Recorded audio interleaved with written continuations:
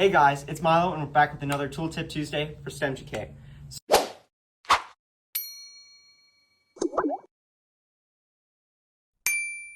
So, today we're going to be talking all about tape measures. Now, for some tape measure basics. When you extend your tape measure, you can lock it with a latch like this one, or some of them just have an auto lock with a button to release. For tape measures that are marked in inches, all these tick marks are fractions, not decimals of an inch. For millimeters, it's decimals, so half, tenth, 20, etc. They have some special markings on inch ones, especially for construction. So 16th here is a common stud spacing, and then 19.2 with that little black diamond is more for roof trusses and some other things. You may have noticed that a tape measure wiggles on the ends. This one's a little bit better, easier to see. See that? You may have thought your tape measure is broken, but this is actually here for a very specific reason.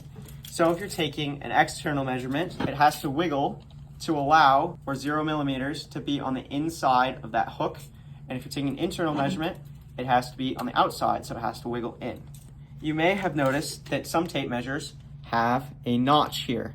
This notch is used to hook onto a screw or a nail so that if you don't have someone else to help you, you can always figure out how long something actually is. A lot of you might have tried to measure in something like this, where you have two corners. The way you've probably tried to do that is by sticking this in the end and then kind of guessing where it is. But you don't know what number it is. It could be any one of these ones along the curve. Some tape measures have some very small text in this case, but they're on the side.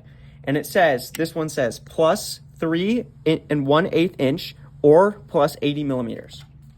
So that allows you to do is stick the tape measure on the inside, and then I can take whatever measurement I have here and add 3 1/8 inch or 80 millimeters to it. We have a question for you guys. See that? May have noticed that other notch when we were talking about the notches before.